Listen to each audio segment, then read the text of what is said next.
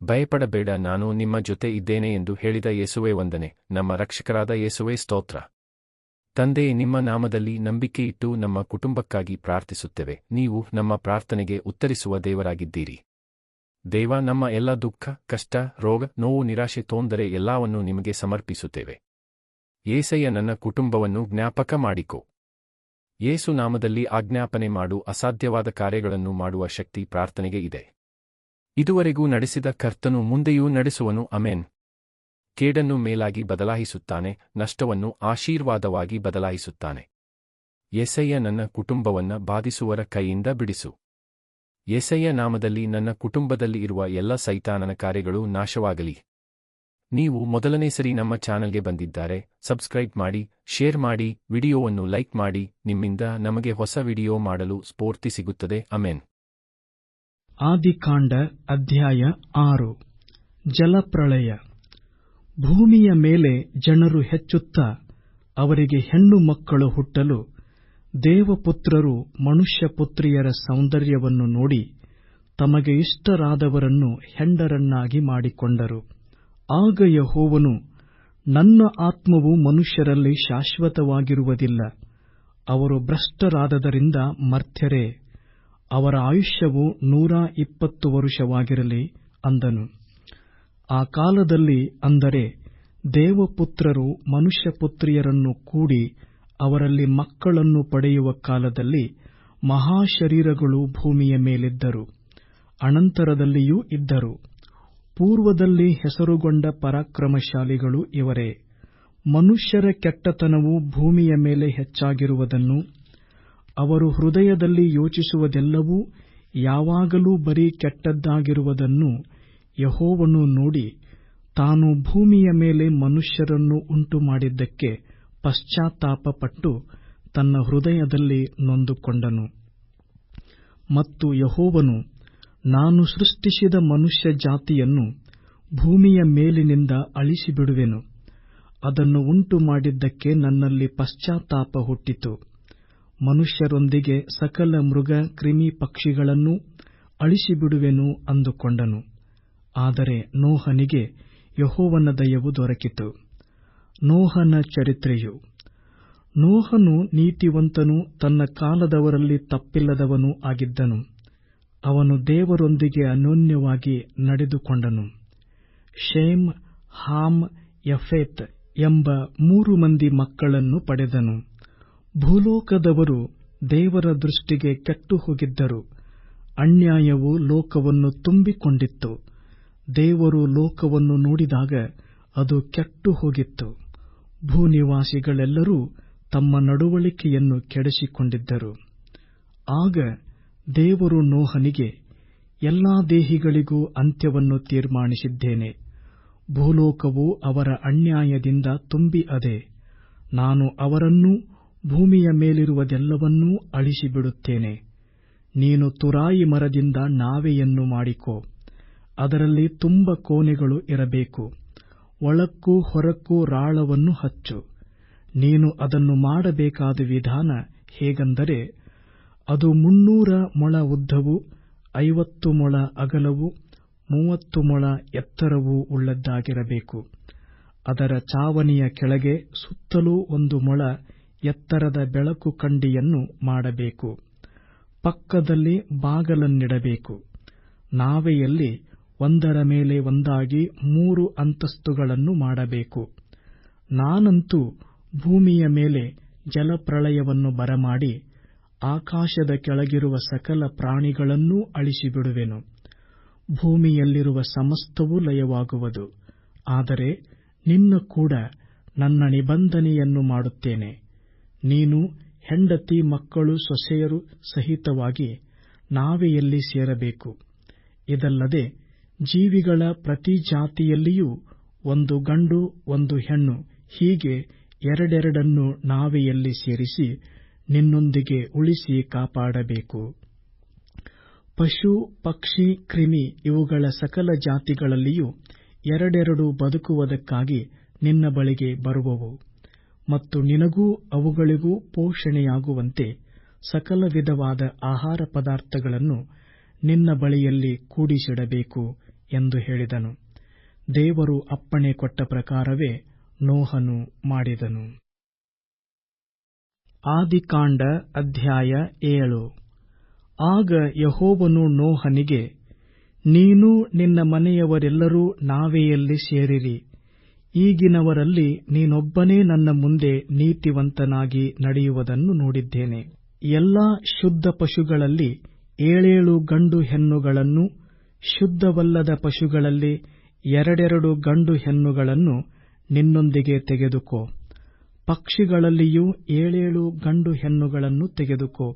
ಹೀಗೆ ಆಯಾ ಜಾತಿಯನ್ನು ಭೂಮಿಯ ಮೇಲೆ ಉಳಿಸಿ ಕಾಪಾಡಬೇಕು.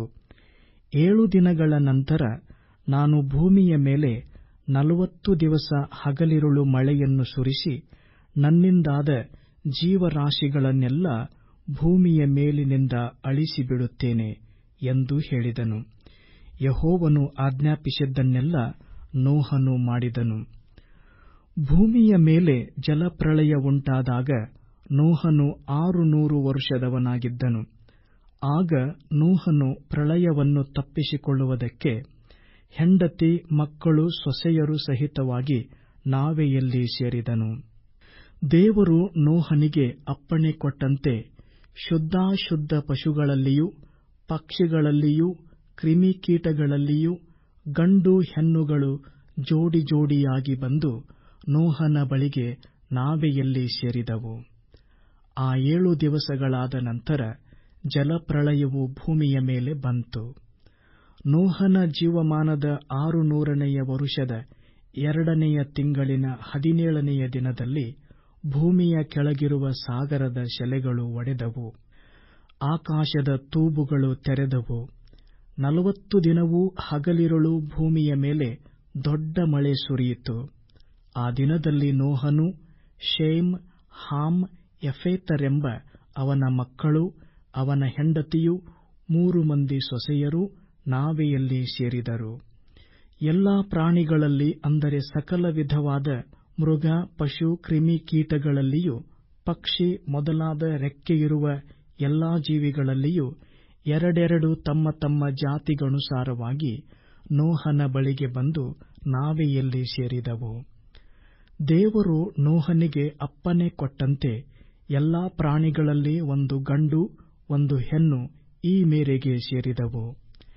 ಯೆಹೋವನು ನೋಹನನ್ನು ಒಳಗಿಟ್ಟು ಮುಚ್ಚಿದನು. ಜಲಪ್ರಳಯವು 40 ದಿನ ಭೂಮಿಯ ಮೇಲೆ ಇದ್ದು ನೀರು ಹೆಚ್ಚುತ್ತಾ ನಾವೆಯನ್ನು ಎತ್ತಲು ಅದು ನೀರಿನ ಮೇಲೆ ತೇಲಾಡಿತು. ನೀರು ಪ್ರಬಲವಾಗಿ ಬಲು ಹೆಚ್ಚಲು ನಾವೆಯು ಅದರ ಮೇಲೆ ಚಲಿಸಿತು. ನೀರು ಭೂಮಿಯ ಮೇಲೆ ಅತ್ಯಧಿಕವಾಗಿ ಪ್ರಬಲವಾದ್ದರಿಂದ ಆಕಾಶಮಂಡಲದ ಕೆಳಗಿರುವ ಎಲ್ಲಾ ದೊಡ್ಡ ಬೆಟ್ಟಗಳು ಮುಚ್ಚಿಹೋದವು. ನೀರು ಆ ಬೆಟ್ಟಗಳಿಗಿಂತಲೂ 15 ಮೊಳ ಹೆಚ್ಚಲು ಅವುಗಳು ಸಂಪೂರ್ಣವಾಗಿ ಮುಚ್ಚಿಹೋದದರಿಂದ ಪಶು, ಪಕ್ಷಿ, ಮೃಗ, ಕ್ರಿಮಿಗಳು, ಮನುಷ್ಯರು ಸಹಿತವಾಗಿ ಭೂಮಿಯ ಮೇಲೆ ಸಂಚರಿಸುವ ಸಕಲ ಪ್ರಾಣಿಗಳು ಲಯವಾದವು. ಮೂಗಿನಿಂದ ಶ್ವಾಸ ಬಿಡುವ ಭೂಜಂತುಗಳೆಲ್ಲ ಸತ್ತವು. ಮನುಷ್ಯರು ಮೊದಲುಗೊಂಡು ಪಶು, ಪಕ್ಷಿ, ಕ್ರಿಮಿಗಳವರೆಗೂ ಭೂಮಿಯ ಮೇಲಿದ್ದದ್ದೆಲ್ಲ ನಾಶವಾಯಿತು. ಅವು ಭೂಮಿಯ ಮೇಲಿನಿಂದ ಲಯವಾಗಿ ಹೋದವು. ನೋಹನು ಅವನೊಂದಿಗೆ ನಾವೆಯಲ್ಲಿದ್ದ ಜೀವಿಗಳು ಮಾತ್ರ ಉಳಿದರು. ಪ್ರಳಯದ ನೀರು ಭೂಮಿಯ ಮೇಲೆ 150 ದಿನ ಪ್ರಬಲವಾಯಿತು. ಆದಿಕಾಂಡ ಅಧ್ಯಾಯ 8. ತರುವಾಯ ದೇವರು ನೋಹನನ್ನು ಅವನ ಸಂಗಡ ನಾವೆಯಲ್ಲಿದ್ದ ಎಲ್ಲಾ ಮೃಗ ಪಶುಗಳನ್ನು ನೆನಪಿಗೆ ತಂದುಕೊಂಡು ಭೂಲೋಕದ ಮೇಲೆ ಗಾಳಿ ಬೀಸುವಂತೆ ಮಾಡಲಾಗಿ ನೀರು ತಗ್ಗಿತು. ಭೂಮಿಯ ಕೆಳಗಿರುವ ಸಾಗರದ ಶೆಲೆಗಳೂ ಆಕಾಶದ ತೂಬುಗಳೂ ಮುಚ್ಚಿಹೋದವು. ಆಕಾಶದಿಂದ ಸುರಿಯುತ್ತಿದ್ದ ಮಳೆ ನಿಂತು ಹೋಯಿತು. ಆಗ ಭೂಮಿಯ ಮೇಲಿದ್ದ ನೀರು ಕ್ರಮವಾಗಿ ತಗ್ಗುತ್ತಾ ಬಂತು. ಹೀಗೆ 150 ದಿನಗಳಾದ ಮೇಲೆ ನೀರು ಕಡಿಮೆಯಾಯಿತು. 7ನೆಯ ತಿಂಗಳಿನ 17ನೆಯ ದಿನದಲ್ಲಿ ನಾವೆಯು ಅರಾರಾಟ್ ಸೀಮೆಯ ಬೆಟ್ಟಗಳಲ್ಲಿ ನಿಂತಿತು. 10ನೆಯ ತಿಂಗಳಿನವರೆಗೂ ನೀರು ಕಡಿಮೆಯಾಗುತ್ತಾ ಬಂತು. 10ನೆಯ ತಿಂಗಳಿನ ಮೊದಲನೆಯ ದಿನದಲ್ಲಿ ಬೆಟ್ಟಗಳ ಶಿಖರಗಳು ಕಾಣಬಂದವು. 40 ದಿನಗಳಾದ ಮೇಲೆ ನೋಹನು ತಾನು ಮಾಡಿದ ನಾವೆಯ ಕಿಟಕಿಯನ್ನು ತೆರೆದು ಕಾಗೆಯನ್ನು ಹೊರಕ್ಕೆ ಬಿಟ್ಟನು. ಭೂಮಿಯ ಮೇಲಿದ್ದ ನೀರು ಒಣಗುವ ತನಕ ಆ ಕಾಗೆ ಹೋಗುತ್ತಾ ಬರುತ್ತಾ ಇತ್ತು. ಹೀಗಿರಲಾಗಿ ನೀರು ಇಳಿಯಿತೋ ಇಲ್ಲವೋ ಎಂದು ತಿಳುಕೊಳ್ಳುವುದಕ್ಕೆ ನೋಹನು ಪಾರಿವಾಳವನ್ನು ಹೊರಕ್ಕೆ ಬಿಟ್ಟನು. ನೀರು ಭೂಮಿಯ ಮೇಲೆಲ್ಲಾ ಇರುವುದರಿಂದ ಪಾರಿವಾಳವು ಕಾಲಿಡುವುದಕ್ಕೆ ಸ್ಥಳವನ್ನು ಎಲ್ಲಿಯೂ ಕಾಣದೆ ತಿರುಗಿ ನಾವೆಗೆ ಬಂತು. ನೋಹನು ಕೈ ಚಾಚಿ ಅದನ್ನು ಹಿಡಿದು ನಾವೆಯಲ್ಲಿ ತನ್ನ ಬಳಿಗೆ ತೆಗೆದುಕೊಂಡನು. ಅವನು ಇನ್ನೂ 7 ದಿವಸ ತಡೆದು ಪಾರಿವಾಳವನ್ನು ತಿರುಗಿ ಹೊರಕ್ಕೆ ಬಿಟ್ಟನು. ಸಂಜೆಯಲ್ಲಿ ಆ ಪಾರಿವಾಳವು ಅವನ ಬಳಿಗೆ ತಿರುಗಿ ಬರಲು, ಆಹಾ, ಅದರ ಬಾಯಲ್ಲಿ ಎಣ್ಣೆ ಮರದ ಹೊಸ ಚಿಗುರು ಇತ್ತು. ನೋಹನು ಅದನ್ನು ನೋಡಿ, ನೀರು ಭೂಮಿಯ ಮೇಲಿಂದ ಹರಿದು ಇಳಿದು ಹೋಯಿತು ಎಂದು ತಿಳುಕೊಂಡನು. 7 ದಿವಸದ ಮೇಲೆ ಪಾರಿವಾಳವನ್ನು ಬಿಡಲು ಅದು ಅವನ ಬಳಿಗೆ ತಿರುಗಿ ಬರಲೇ ಇಲ್ಲ. 601ನೆಯ ವರುಷದ ಮೊದಲನೆಯ ತಿಂಗಳಿನ ಮೊದಲನೆಯ ದಿನದಲ್ಲಿ ಭೂಮಿಯ ಮೇಲಿದ್ದ ನೀರು ಇಳಿದಿತ್ತು. ನೋಹನು ನಾವೆಯ ಗವಸಣಿಗೆಯನ್ನು ತೆಗೆದು ನೋಡಲಾಗಿ, ಆಹಾ, ಭೂಮಿಯು ಆರಿಹೋಗಿತ್ತು. 2ನೆಯ ತಿಂಗಳಿನ 27ನೆಯ ದಿನದಲ್ಲಿ ಭೂಮಿಯು ಒಣಗಿತ್ತು. ಆಗ ದೇವರು ನೋಹನಿಗೆ, ನೀನು ಹೆಂಡತಿ, ಮಕ್ಕಳು, ಸೊಸೆಯರು ಸಹಿತವಾಗಿ ನಾವೆಯನ್ನು ಬಿಟ್ಟು ಹೊರಗೆ ಬಾ. ನಿನ್ನ ಬಳಿಯಲ್ಲಿರುವ ಪಶು, ಪಕ್ಷಿ, ಕ್ರಿಮಿ ಮುಂತಾದ ಎಲ್ಲಾ ಜೀವಿಗಳು ಹೊರಗೆ ಬರಲಿ. ಅವುಗಳಿಗೆ ಭೂಮಿಯ ಮೇಲೆ ಬಹು ಸಂತಾನವಾಗಲಿ. ಅವು ಅಭಿವೃದ್ಧಿಯಾಗಿ ಹೆಚ್ಚಲಿ ಎಂದು ಆಜ್ಞಾಪಿಸಲು ನೋಹನು ಹೆಂಡತಿ, ಮಕ್ಕಳು, ಸೊಸೆಯರು ಸಹಿತವಾಗಿ ಹೊರಗೆ ಬಂದನು. ಮೃಗ, ಪಶು, ಪಕ್ಷಿ, ಕ್ರಿಮಿಗಳೆಲ್ಲವೂ ತಮ್ಮ ತಮ್ಮ ಜಾತಿಗನುಸಾರವಾಗಿ ನಾವೆಯಿಂದ ಹೊರಗೆ ಬಂದವು. ಆಗ ನೋಹನು ಯೆಹೋವನಿಗೋಸ್ಕರ ಯಜ್ಞವೇದಿಯನ್ನು ಮಾಡಿ ಅದರ ಮೇಲೆ ಶುದ್ಧವಾದ ಎಲ್ಲಾ ಪಶು ಪಕ್ಷಿ ಜಾತಿಗಳಲ್ಲಿ ಸರ್ವಾಂಗ ಹೋಮ ಮಾಡಿದನು. ಅದರ ಸುವಾಸನೆಯು ಯೆಹೋವನಿಗೆ ಘಮಘಮಿಸಲು ಆತನ ಹೃದಯದೊಳಗೆ, ಮನುಷ್ಯರ ಮನಸ್ಸಂಕಲ್ಪವು ಚಿಕ್ಕಂದಿನಿಂದಲೇ ಕೆಟ್ಟದ್ದು, ಆದರೂ ನಾನು ಇನ್ನು ಮೇಲೆ ಅವರ ನಿಮಿತ್ತವಾಗಿ ಭೂಮಿಯನ್ನು ಶಪಿಸುವುದಿಲ್ಲ. ನಾನು ಎಲ್ಲಾ ಜೀವಿಗಳನ್ನು ಈಗ ಸಂಹರಿಸಿದಂತೆ ಇನ್ನು ಮೇಲೆ ಸಂಹರಿಸುವುದಿಲ್ಲ. ಭೂಮಿಯು ಇರುವ ತನಕ ಬಿತ್ತನೆಯೂ ಕೊಯ್ಲು, ಚಳಿಯೂ ಸೆಕೆಯೂ, ಬೇಸಿಗೆ ಕಾಲವೂ ಹಿಮಕಾಲವೂ, ಹಗಲು ಇರುಳು ಇವುಗಳ ಕ್ರಮ ತಪ್ಪುವುದೇ ಇಲ್ಲ ಅಂದುಕೊಂಡನು. ಆದಿಕಾಂಡ ಅಧ್ಯಾಯ 9. ದೇವರು ನೋಹನನ್ನೂ ಅವನ ಮಕ್ಕಳನ್ನೂ ಆಶೀರ್ವದಿಸಿ ಅವರಿಗೆ, ಬಹು ಸಂತಾನವುಳ್ಳವರಾಗಿ ಹೆಚ್ಚಿರಿ, ಭೂಲೋಕದಲ್ಲೆಲ್ಲಾ ತುಂಬಿಕೊಳ್ಳಿರಿ. ಭೂಮಿಯ ಮೇಲಿರುವ ಎಲ್ಲಾ ಮೃಗಗಳು, ಆಕಾಶದ ಎಲ್ಲಾ ಪಕ್ಷಿಗಳು, ನೆಲದ ಮೇಲೆ ಹರಿದಾಡುವ ಎಲ್ಲಾ ಕ್ರಿಮಿಗಳು, ಸಮುದ್ರದ ಮೀನುಗಳು ನಿಮಗೆ ಬೆದರಿ ಅಂಜಿಕೊಳ್ಳುವವು. ನಾನು ಅವುಗಳನ್ನೆಲ್ಲ ನಿಮ್ಮ ಸ್ವಾಧೀನಕ್ಕೆ ಕೊಟ್ಟಿದ್ದೇನೆ. ಭೂಮಿಯ ಮೇಲೆ ತಿರುಗುವ ಎಲ್ಲಾ ಜೀವಜಂತುಗಳು ನಿಮಗೆ ಆಹಾರವಾಗಿರುವವು. ನಾನು ನಿಮ್ಮ ಆಹಾರಕ್ಕೆ ಪೈರುಗಳನ್ನು ಕೊಟ್ಟಂತೆ ಇವುಗಳನ್ನೂ ಕೊಟ್ಟಿದ್ದೇನೆ. ಆದರೆ ರಕ್ತದಿಂದ ಕೂಡಿರುವ ಮಾಂಸವನ್ನು ನೀವು ತಿನ್ನಬಾರದು. ರಕ್ತವು ಜೀವವಷ್ಟೇ. ಇದಲ್ಲದೆ ನಿಮ್ಮ ರಕ್ತವನ್ನು ಸುರಿಸಿ ಜೀವ ತೆಗೆಯುವವರಿಗೆ ಮುಯ್ಯಿ ತೀರಿಸುವೆನು. ಮೃಗವಾಗಿದ್ದರೆ ಅದಕ್ಕೂ, ಮನುಷ್ಯನಾಗಿದ್ದರೆ ಹತವಾದವನು ಅವನ ಸಹೋದರನಾಗಿರುವುದರಿಂದ ಅವನಿಗೂ ಮುಯ್ಯಿ ತೀರಿಸುವೆನೆಂದು ತಿಳಿದುಕೊಳ್ಳಿರಿ. ನರಹತ್ಯವು ಸಹೋದರ ಹತ್ಯವಲ್ಲವೇ? ದೇವರು ಮನುಷ್ಯರನ್ನು ತನ್ನ ಸ್ವರೂಪದಲ್ಲಿಯೇ ಉಂಟು ಮಾಡಿದನಾದ್ದರಿಂದ ಯಾರು ಮನುಷ್ಯನ ರಕ್ತವನ್ನು ಸುರಿಸುತ್ತಾರೋ ಅವರ ರಕ್ತವನ್ನು ಮನುಷ್ಯರೇ ಸುರಿಸುವರು. ನೀವು ಅಭಿವೃದ್ಧಿಯಾಗಿ ಹೆಚ್ಚಿರಿ, ಭೂಮಿಯ ಮೇಲೆ ನಿಮಗೆ ಬಹು ಸಂತಾನವಾಗಲಿ ಎಂದು ಹೇಳಿದನು.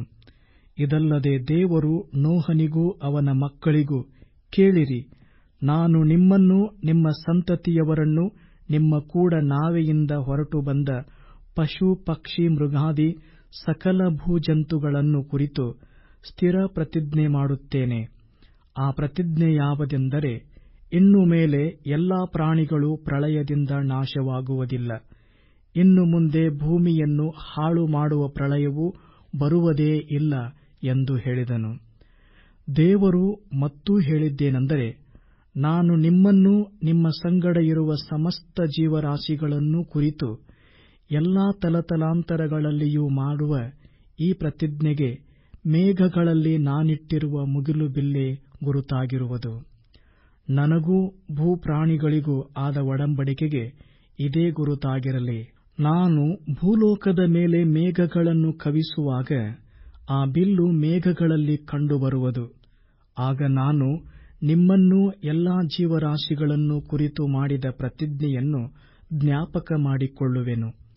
ಇನ್ನು ಮುಂದೆ ನೀರು ಹೆಚ್ಚಿ ಎಲ್ಲಾ ಭೂಪ್ರಾಣಿಗಳನ್ನು ಹಾಳು ಮಾಡುವ ಪ್ರಳಯವಾಗುವುದಿಲ್ಲ. ಆ ಬಿಲ್ಲು ಮೇಘಗಳಲ್ಲಿ ಕಾಣಿಸುವಾಗ ನಾನು ಅದನ್ನು ನೋಡಿ ದೇವರಾದ ನನಗೂ ಭೂಮಿಯ ಮೇಲಿರುವ ಎಲ್ಲಾ ಜೀವಜಂತುಗಳಿಗೂ ಆದ ಶಾಶ್ವತವಾದ ಒಡಂಬಡಿಕೆಯನ್ನು ಜ್ಞಾಪಕ ಮಾಡಿಕೊಳ್ಳುವೆನು ಅಂದನು. ಮತ್ತು ದೇವರು ನೋಹನಿಗೆ, ನನಗೂ ಎಲ್ಲಾ ಭೂಜೀವಿಗಳಿಗೂ ಆದ ಒಡಂಬಡಿಕೆಗೆ ಇದೇ ಗುರುತು ಎಂದು ಹೇಳಿದನು.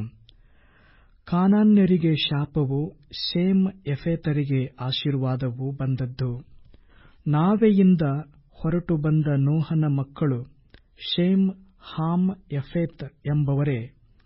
ಹಾಮನು ಕಾನನ ತಂದೆಯು. ಈ ಮೂವರು ನೋಹನ ಮಕ್ಕಳು. ಇವರಿಂದಲೇ ಭೂಮಿಯಲ್ಲೆಲ್ಲ ಹರಡಿಕೊಂಡಿರುವ ಜನರು ಉತ್ಪತ್ತಿಯಾದರು. ನೋಹನು ವ್ಯವಸಾಯಗಾರನಾಗಿದ್ದನು. ಅವನೇ ದ್ರಾಕ್ಷೆ ತೋಟವನ್ನು ಪ್ರಾರಂಭಿಸಿದನು. ಅವನು ದ್ರಾಕ್ಷಾರಸವನ್ನು ಕುಡಿಯಲು ಅಮಲೇರಿದ್ದರಿಂದ ಗುಡಾರದಲ್ಲಿ ಬೆತ್ತಲೆಯಾಗಿ ಬಿದ್ದಿದ್ದನು. ಕಾನಾನನ ತಂದೆಯಾದ ಹಾಮನು ತಂದೆಯು ಬೆತ್ತಲೆಯಾಗಿರುವುದನ್ನು ಕಂಡು ಹೊರಗಿದ್ದ ಅಣ್ಣ ತಮ್ಮಂದಿರಾದ ಶೇಮ್, ಯಫೇತರಿಗೆ ತಿಳಿಸಿದನು. ಇವರಿಬ್ಬರು ಕಂಬಳಿಯನ್ನು ತೆಗೆದುಕೊಂಡು ತಮ್ಮಿಬ್ಬರ ಬೆನ್ನಿನ ಮೇಲೆ ಹಾಕಿಕೊಂಡು ಹಿಂದಿಂದಕ್ಕೆ ನಡೆದು ತಂದೆಗೆ ಹೊದಿಸಿ ಅವನ ಮಾನವನ್ನು ಕಾಪಾಡಿದರು. ಅವರು ಹಿಮ್ಮುಖರಾಗಿದ್ದರಿಂದ ತಂದೆಯು ಬೆತ್ತಲೆಯಾಗಿದ್ದದ್ದನ್ನು ನೋಡಲಿಲ್ಲ. ನೋಹನು ಅಮಲಿಳಿದೆದ್ದು ಕಿರಿಮಗನು ಮಾಡಿದ್ದನ್ನು ತಿಳಿದು, ಕಾನಾನನು ಶಾಪಗ್ರಸ್ತನಾಗಲಿ, ಅವನು ತನ್ನ ಅಣ್ಣ ತಮ್ಮಂದಿರಿಗೆ ದಾಸಾನುದಾಸನಾಗಲಿ ಅಂದನು. ಅವನು ಇನ್ನೂ ನುಡಿದಿದ್ದೇನೆಂದರೆ, ಶೇಮನ ದೇವರಾದ ಯೆಹೋವನಿಗೆ ಸ್ತೋತ್ರವಾಗಲಿ, ಕಾನಾನನು ಅವರಿಗೆ ದಾಸನಾಗಲಿ. ಯಫೇತನನ್ನು ದೇವರು ವಿಸ್ತರಿಸಲಿ, ಅವನು ಶೇಮನ ಗುಡಾರಗಳಲ್ಲಿ ವಾಸವಾಗಿರಲಿ, ಕಾನಾನನು ಅವರಿಗೆ ದಾಸನಾಗಿರಲಿ ಎಂಬುದು. ಪ್ರಳಯವಾದ ಮೇಲೆ ನೋಹನು 350 ವರುಷ ಬದುಕಿದನು. ಅವನು ಒಟ್ಟು 950 ವರುಷ ಬದುಕಿ ಸತ್ತನು. ಆದಿಕಾಂಡ ಅಧ್ಯಾಯ 10. ನೋಹನ ಮಕ್ಕಳಿಂದ ಉತ್ಪತ್ತಿಯಾದ ಜನಾಂಗಗಳ ಪಟ್ಟಿ. ನೋಹನ ಮಕ್ಕಳಾದ ಶೇಮ್, ಹಾಮ್, ಯಫೇತರ ವಂಶದವರ ಚರಿತ್ರೆಯು. ಜಲಪ್ರಳಯವಾದ ಮೇಲೆ ಅವರಿಗೆ ಮಕ್ಕಳು ಹುಟ್ಟಿದರು. ಯಫೇತನ ಸಂತಾನದವರು ಯಾರೆಂದರೆ, Gomer, Magog, ಮಾದೈ, Javan, Tubal, Meshech, Tiras ಎಂಬವರೇ. ಗೋಮೆರನ ಸಂತಾನದವರು ಅಸ್ಕೆನಸ್, ರೀಫತ್, ತೋರ್ಗಮ್ ಎಂಬವರು. ಯಾವಾನನ ಸಂತಾನದವರು ಎಲೀಷಾ, ತಾರ್ಷೀಷ್, ಕಿತ್ತೀಮ್, ದೋದಾ ಎಂಬ ಸ್ಥಳಗಳವರು. ಇವರು ಸಮುದ್ರದ ರೇವುಗಳಲ್ಲಿ ಹರಡಿಕೊಂಡರು. ದೇಶ, ಭಾಷಾ, ಕುಲ, ಜನಾಂಗಗಳ ಪ್ರಕಾರ ಇವರೇ ಯಫೇತನ ವಂಶದವರು. ಹಾಮನ ಸಂತಾನದವರು ಯಾರೆಂದರೆ, ಕೂಷ್, ಮಿಚ್ರಯಿಮ್, ಪೂತ್, ಕಾನಾನ್ ಎಂಬವರೇ. ಕೂಷನ ಸಂತಾನದವರು ಸೆಬಾ, ಹವೀಲ್, ಸಬ್ತಾ, ರಗ್ಮ, ಸಬ್ತಕ ಎಂಬ ಜನಾಂಗಗಳು. ರಗ್ಮ ಸಂತಾನದವರು ಶೆಬಾ, ದೆದಾನ್ ಎಂಬ ಜನಾಂಗಗಳು. ಕೂಷನು ನಿಮ್ರೋದನನ್ನು ಪಡೆದನು. ಅವನು ಪರಾಕ್ರಮದಿಂದ ಮೊದಲನೆಯ ಭೂರಾಜನಾದನು. ಅವನು ಅತಿ ಸಾಹಸಿಯಾದ ಬೇಟೆಗಾರನು. ನಿಮ್ರೋದನಂತೆ ಅತಿ ಸಾಹಸಿಯಾದ ಬೇಟೆಗಾರನೆಂದು ಈಗಲೂ ಹೇಳುವುದುಂಟಲ್ಲ. ಶಿನಾರ್ ದೇಶದಲ್ಲಿರುವ ಬಾಬೆಲ್, ಎರೆಕ್, ಅಕ್ಕದ್, ಕಲ್ನೆ ಎಂಬ ಪಟ್ಟಣಗಳೇ ಅವನ ರಾಜ್ಯದ ಮೂಲ ಪಟ್ಟಣಗಳು. ಅವನು ಆ ದೇಶದಿಂದ ಹೊರಟು ಅಶ್ಶೂರ್ ದೇಶಕ್ಕೆ ಬಂದು ನಿನೆವೆ, ರೆಹಬೋತೀರ್, ಕೆಲಹ ಎಂಬ ಪಟ್ಟಣಗಳನ್ನೂ ನಿನೆವೆಗೂ ಕೆಲಹಕ್ಕೂ ನಡುವೆ ಇರುವ ರೇಸೆನ್ ಪಟ್ಟಣವನ್ನು ಕಟ್ಟಿಸಿದನು. ಇವೆಲ್ಲ ಒಟ್ಟಾಗಿ ಮಹಾಪಟ್ಟಣವೆಂದು ಪ್ರಸಿದ್ಧವಾಗಿದೆ. ಮಿಚ್ರಯಿಮ್ಯರಿಂದ ಲೂದ್ಯರು, ಅಣಾಮ್ಯರು, ಲೆಹಾಬ್ಯರು, ನಫ್ತೂಹ್ಯರು, ಪತ್ರುಶ್ಯರು, ಕಸ್ಲೂಹ್ಯರು, ಕಫ್ತೋರ್ಯರು ಹುಟ್ಟಿದರು. ಕಸ್ಲೂಹ್ಯರ ಬಳಿಯಿಂದ ಫಿಲಿಷ್ಟಿಯರು ಹೊರಟು ಬಂದರು. ಕಾನಾನ್ ವಂಶದಲ್ಲಿ ಮೊದಲು ಹುಟ್ಟಿದವನು ಸೀದೋನ್, ಆಮೇಲೆ ಹೇತ್ ಹುಟ್ಟಿದನು. ಇದಲ್ಲದೆ ಯಬೂಸಿಯರು, ಅಮೋರಿಯರು, ಗಿರ್ಗಾಷಿಯರು, ಹಿವ್ವಿಯರು, ಅರ್ಕಿಯರು, ಸೀನಿಯರು, ಅರ್ವಾದಿಯರು, ಚೆಮಾರಿಯರು, ಹಮಾತಿಯರು ಕಾನಾನನಿಂದ ಹುಟ್ಟಿದರು. ಕಾಲಕ್ರಮದಿಂದ ಈ ಕಾನಾನ್ ಕುಲಗಳವರು ಹರಡಿಕೊಂಡರು. ಕಾನಾನ್ಯರ ಸೀಮೆಯು ಸೀದೋನ್ ಪಟ್ಟಣದಿಂದ ಗೆರಾರಿಗೆ ಹೋಗುವ ದಾರಿಯಲ್ಲಿರುವ ಗಾಜಾ ಪಟ್ಟಣದವರೆಗೂ ಮತ್ತು ಸೊದೋಮ್, ಗೊಮೋರ್, ಅದ್ಮಾ, ಚೆಬೋಯಿಮ್ ಎಂಬ ಪಟ್ಟಣಗಳಿಗೆ ಹೋಗುವ ದಾರಿಯಲ್ಲಿರುವ ಲೇಷಾ ಊರಿನವರೆಗೂ ಇತ್ತು. ಕುಲ, ಭಾಷಾ, ದೇಶ, ಜನಾಂಗಗಳ ಪ್ರಕಾರ ಇವರೇ ಹಾಮನ ವಂಶದವರು. ಇಬ್ರಿಯರೆಲ್ಲರಿಗೆ ಮೂಲಪುರುಷನೂ ಯಫೇತನ ಅಣ್ಣನೂ ಆಗಿದ್ದ ಶೇಮನಿಗೆ ಸಹ ಸಂತಾನವಾಯಿತು. ಶೇಮನ ಸಂತಾನದವರು ಏಲಾಮ್, ಅಶ್ಶೂರ್, ಅರ್ಪಕ್ಷದ, ಲೂದ್, ಅರಾಮ್ ಎಂಬವರೇ. ಅರಾಮ್ ಸಂತಾನದವರು ಊಸ್, ಹೂಲ್, ಗೆಥೆರ್, ಮಷ್ ಎಂಬವರೇ. ಅರ್ಪಕ್ಷದನಿಂದ ಶೆಲಹನೂ, ಶೆಲಹನಿಂದ ಎಬರನೂ ಹುಟ್ಟಿದರು. ಎಬರನಿಗೆ 2 ಮಕ್ಕಳು ಹುಟ್ಟಿದರು. ಒಬ್ಬನಿಗೆ ಪೆಲೆಗೆಂಬ ಹೆಸರು. ಅವನ ಕಾಲದಲ್ಲಿ ಭೂಮಿಯ ಜನಗಳು ವಿಂಗಡವಾದವು. ಅವನ ತಮ್ಮನ ಹೆಸರು ಯೋಕ್ತಾನ್. ಯೋಕ್ತಾನನ ಸಂತಾನದವರು Almodad, Sheleph, Hazarmaveth, Jerah, Hadoram, Uzal, Diklah, Obal, Abimael, Sheba, Ophir, Havilah, Jobab ಎಂಬ ಸ್ಥಳಗಳವರು. ಈ ಕುಲಗಳೆಲ್ಲ ಯೋಕ್ತಾನನಿಂದ ಹುಟ್ಟಿದವು. ಇವರ ನಿವಾಸವು ಮೆಷಾ ಸೀಮೆ ಮೊದಲುಗೊಂಡು ಮೂಡಲಲ್ಲಿರುವ ಸೆಫಾರ್ ಎಂಬ ಬೆಟ್ಟದವರೆಗೂ ಇತ್ತು. ಕುಲ, ಭಾಷಾ, ಜನಾಂಗಗಳ ಪ್ರಕಾರ ಇವರೇ ಶೇಮನ ವಂಶದವರು. ಸಂತತಿ, ಜನಾಂಗಗಳ ಪ್ರಕಾರ ಇವರೇ ನೋಹನ ವಂಶದವರು. ಜಲಪ್ರಳಯವಾದ ನಂತರ ಭೂಮಿಯ ಮೇಲೆ ಹರಡಿಕೊಂಡ ಜನಾಂಗಗಳವರು ಇವರೇ.